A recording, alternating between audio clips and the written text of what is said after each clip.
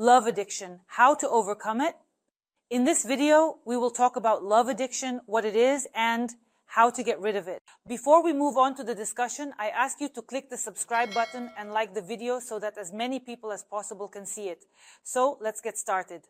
What is love addiction? Love addiction is actually a type of destructive interpersonal relationship where one person idealizes another and is ready to completely merge and dissolve into that person. And these relationships, these feelings often bring suffering. Why does this happen? A person who suffers from love addiction attributes qualities to another person that are not even inherent to that person. That is, he does not see the person themselves, but rather what he projects onto that person. They attribute a bunch of qualities that don't exist. Fall in love with this ideal, idealize it, realize that something is wrong with it, and try to do something about these relationships. At some point, a person realizes that these relationships are not what they want and tries to break free, but experiences withdrawal syndrome, feeling a sense of craving and returning to these relationships, attempting to restore everything to its previous state. Why does this happen? It is akin to drug addiction. A person does not separate themselves from another person. That is, he wants to merge with the ideal he has created for himself. And here, there is no talk of personal boundaries. This is not about the fact that each person in a relationship has their own personal space. There is absolutely nothing in these relationships. There should be a complete merging. Naturally, the pressure on a person entering these relationships is very frightening, and such relationships fall apart. In fact, a person suffering from love addiction may experience both emotional burnout and a loss of their own identity. That is, he no longer understands who he is, what he represents, what he loves, and what he wants. Inside, everything is mixed up, and he no longer even understands much about himself. The dependent person constantly suffers, both during relationships and when they end. Here, emotional swings occur, from euphoria to a fall, and when relationships, for example, are renewed, there is a surge of unprecedented emotions, such feelings, such brightness. Then doubts arise again, that something is wrong, something is not right, leading to huge highs and huge lows, from boundless love to a feeling of loneliness. That is, a person is ready to give what seems like their entire self, and this level of giving is very intense. It is always frightening because it violates the personal boundaries of the other partner and intrudes upon their personal space. These feelings are perceived as pressure, and the other person wants to leave the relationship, thereby causing the person suffering from love addiction to endure pain. The psyche of a person suffering from this love addiction becomes very unstable. The relationships can be described as suffocating embraces. A person wants to love so much and give so much that they do not realize they are simply overwhelming their partner. A suffocating embrace is exactly the name for these relationships. Relationships without personal boundaries turn into some form of total control. And of course, these are abusive relationships. In these relationships, there is no happiness and no harmony, meaning there is no balance. If one person dominates so much, the other wants to escape from these relationships. What should one do in these relationships? What should a person suffering from this love addiction do? How to get rid of it? The first thing you need to do is learn to see the flaws.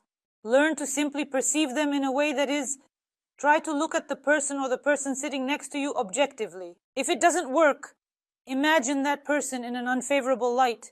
Picture the most unflattering situation for you, the most unpleasant one. Perhaps you have seen it in a movie somewhere and even felt disgust towards the character. Imagine your partner in that person's place. Why is this necessary? To understand that no one is perfect and that everything you embellish is only your own creation. We all have flaws, so try to see the imperfections. If you don't see their flaws, try to attribute some shortcomings to your partner, meaning add something that isn't actually there. Talk to people who are a bit cynical, those who completely or do not believe in love at all. You need this. Just like people who do not know how to love need to communicate with those who can inspire love in them. In order to balance yourself a bit and not be overly overwhelming with your love, you need to get a little infected with this cynicism.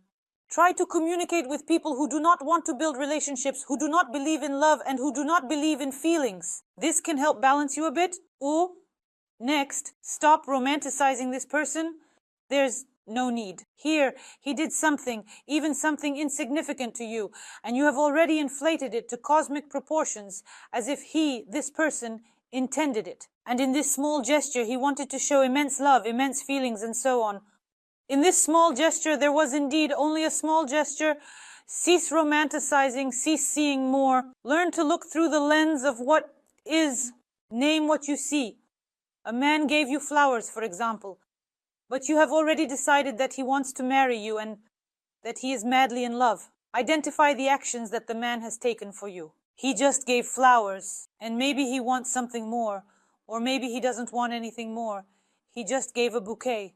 And from that, you should take your cue. Name what is happening now in your relationship to avoid imagining and inflating everything that is happening to some grand scale, then believing in it, then falling into this incredible love that you invented yourself, scaring your partner and ending up alone again. Next, physical labor. If you realize that you can't detach yourself from the person you love so deeply and you want to be near them every second, wanting to dissolve into them, keep yourself occupied with some physical work. Do something that is challenging for you at a moment when your body is busy. Your brain gets a little unloaded, it stops thinking, inventing, and overthinking.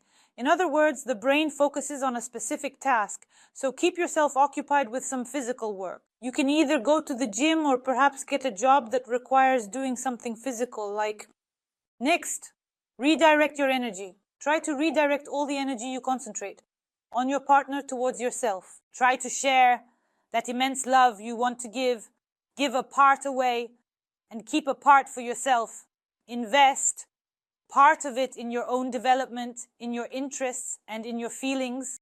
Learn to share this love in two, because you also need love for yourself. You need to nurture yourself. You need to love yourself. Why am I saying this? It is only because a person who has a lack of support, a lack of feelings, and a lack of self-acceptance falls into such dependency. In order to prevent this, a person needs to work on these deficiencies. What is a lack of support?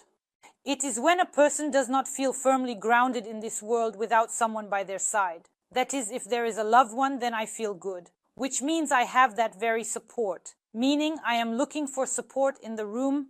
If there is no person nearby, everything collapses, the ground has disappeared from underfoot, and a person falls into the abyss. So, it is important to work on building support within oneself, direct the energy that is released from controlling another person and from pressuring another person inward, and learn to seek support within yourself.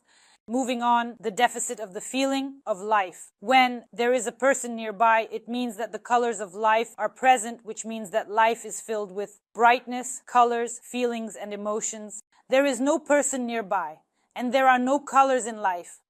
Try to deal with this deficiency. Try to fill your life with colors on your own. That is, aside from love, what else interests you? Besides love for the opposite sex, what other love do you have? Love for what? For beauty, for art, for music, for animals. Color your life yourself. Don't wait for someone to appear, and for you to cling to them thinking they will decorate your life. No one will save anyone. Happy relationships are when two equal partners enter into a relationship. They exchange something but remain equal partners. No one dissolves into anyone else. Another deficiency is the lack of self-acceptance and self-worth. When a person loses their self-worth, it means that if I am in a relationship, I am valuable. If I am not in a relationship, I am not valuable. Again, it is necessary to work on self-esteem and self-worth. It is necessary to love oneself, to direct energy inward, and to understand that I am valuable, both in relationships and without them. Color your life, believe in yourself, work on your self-esteem, and work on the moments when you dissolve into another person. That's all I have for this video. This was me, Alice Wardomska. I hope for your likes and subscriptions. Write in the comments what you would like to discuss in my new videos. Don't forget to hit the bell icon, and goodbye everyone.